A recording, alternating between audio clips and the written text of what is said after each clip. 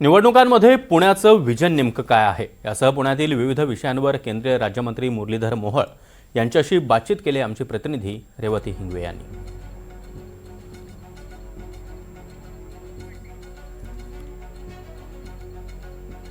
पुणे महानगरपालिकेच्या निवडणुकीच्या पार्श्वभूमीवरती सगळेच नेते प्रचार सभा आणि रोड शो घेत आहेत आणि त्या दरम्यान एकमेकांवरती आरोप प्रत्यारोप करत आहेत। नुकत्याच झालेल्या सभेत उपमुख्यमंत्री अजित पवार म्हटले की मेट्रो हे मनमोहन सिंग यांच्या काळात आलेली आहे, तर यावरून आता पुणे मेट्रो नेमकं कोणी आणली हा श्रेयवाद आहे। पण एकंदरीतच पुण्यात विजन नेमकं काय असणार आहे, पुणेकरांसाठी नेमकं प्रत्येक पक्ष काय देणार आहे किंवा जो मोठा पक्ष आहे भाजप तो काय देणार आहे हे सगळं जाणून घेण्यासाठी माझ्यासोबत आता केंद्रीय राज्यमंत्री मुरलीधर मोहोळ आहेत, जे आता मेट्रोमधनं देखील प्रवास करत आहेत। खरं तर आरोप प्रत्यारोप होत आहेत, श्रेयवाद तर नंतर राहिलं। सगळ्यात पहिले आत्ता थेट लढत अजित पवार आणि भाजप असं होत आहे, तर त्याबद्दल एकंदरीत तुमचं काय ॲनालिसिस?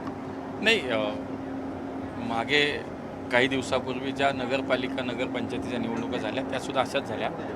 आम्ही राज्यामध्ये एकत्र आहोत, परंतु स्थानिक पातळीवरच्या निवडणुका ज्या आहेत, स्थानिक स्वराज्य निवडणुका त्या ठिकाणी आपापल्या स्थानिक जे युनिट आहे त्यांनी निर्णय घ्यायचा होता, त्यामुळे अनेक ठिकाणी आम्ही स्वतंत्र लढलो, नगरपालिकेला पण स्वतंत्र लढलो।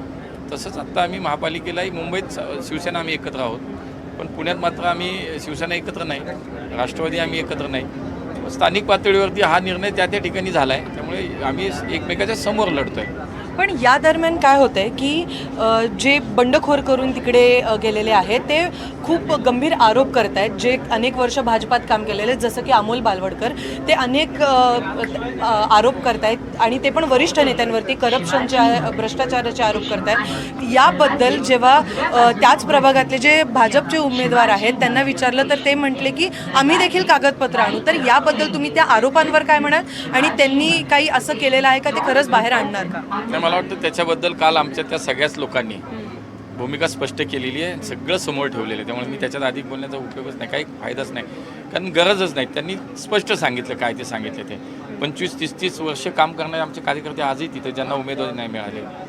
आजही एखादा आमचा प्रल्हाद सायकरसारखा, स्वप्नाली सायकरसारखे कार्यकर्ते जे सिटिंग होते त्यांना उमेदवारी नाही मिळाली, ते तर खूप जुने आहेत। त्यामुळे मला वाटतं की शेवटी पक्ष, विचार, आपली निष्ठा, तत्व याला भारतीय जनता पार्टीमध्ये महत्त्व दिलं जातं। आज भाजपमध्ये एवढं मोठं इन्कमिंग झालं, भाजप मोठा पक्ष आहे, पण अशा लोकांचं इन्कमिंग झालं ज्यांनी अनेक टीका मोदींवरती देखील केलेल्या आहेत। मग असं तुम्हाला एवढं इन्कमिंग का करावं असं वाटलं या पालिका निवडणुकीसाठी? बोटावर मोजण्यात इतकंच इन्कमिंग दिसतंय आमच्याकडे, लक्षात घ्या, फार कमी आहे। एक 4-5 प्रवेश केलेले, ज्यांना जे केले तेवढेच दिसत आहेत तुम्हाला।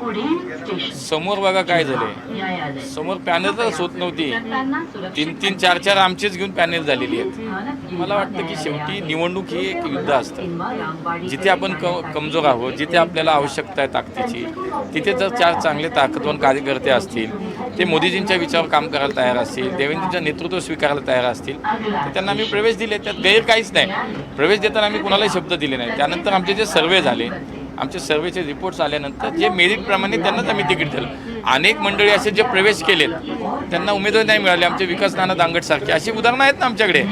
असं काही नाही आहे की तिकीट आणि मग आम्ही आमच्या लोकांना थांबून तिकीट दिली।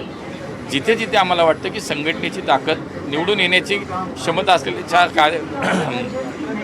उमेदवार आमच्या विचारावरती काम करायला तयार होतात आणि येतात, त्यांना आम्ही संधी दिली। आणि या सगळ्यामध्ये आता तुम्ही जेव्हा मागची जी टर्म होती तेव्हा तुम्ही एक स्वतः उमेदवार होता, महापौर होता तेव्हा झालेले, आणि आता सगळे सूत्र तुमच्याकडे आहेत, तुम्ही सगळे निवडणुका जवळून बघतायत, खासदार म्हणून, केंद्रीय राज्यमंत्री म्हणून, काय सांगाल याबद्दल?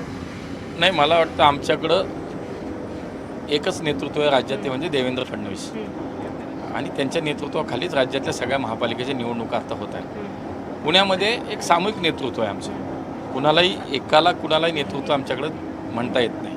आमचं राज्याचं नेतृत्व जे एक आहे ते देवेंद्रजी आहे, त्यामुळे पुण्यामध्ये आम्ही सगळे मिळून सामूहिक नेतृत्व आम्ही विचार करतो आणि त्याच्यावरती काम करतो।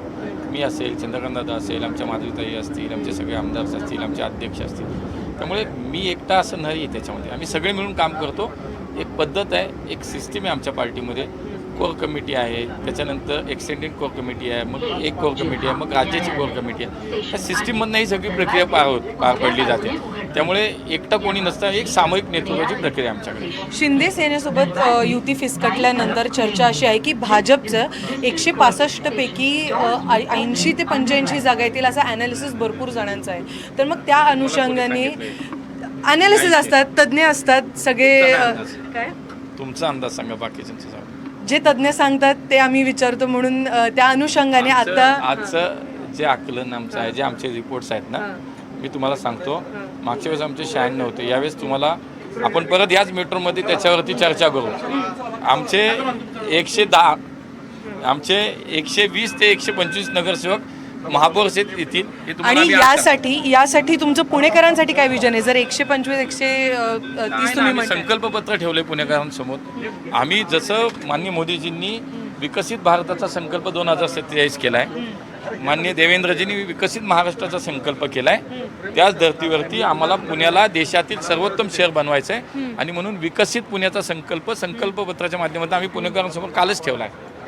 नक्कीच आपण बघितलं की एकंदरीतच जे विजन आहे भाजपाचं, त्याच्यामध्ये त्यांनी काल संकल्पपत्रात देखील सांगितलं आहे की पुण्याची जी अर्थव्यवस्था आहे किंवा पुण्याचं जे महाराष्ट्राचं अर्थव्यवस्थेत योगदान असेल ते $270 अब्ज इतकं करण्याचं खरं तर भाजपनी संकल्प ठेवलेला आहे. आणि त्या अनुषंगाने आता मुरलीधर मोहोळ देखील म्हटलेले आहेत की त्याप्रमाणे आता भाजप कामाला देखील लागलेले. पण या सगळ्यामध्ये जे महायुतीतले मित्रपक्ष आहेत ते एकमेकांवरती आरोप प्रत्यारोप करताना दिसत आहेत, टीका करताना दिसत आहेत. आणि सध्या नवीन जो वाद पेटलेला आहे किंवा नवीन जी चर्चा सुरू झाली ती म्हणजे पुण्यात नेमकं मेट्रो कोणी आणलेलं आहे. तर आता या सगळ्यावरती पुणेकर नेमकं कोणाला कौल देत आहेत हे पाहणं महत्त्वाचं असणार आहे.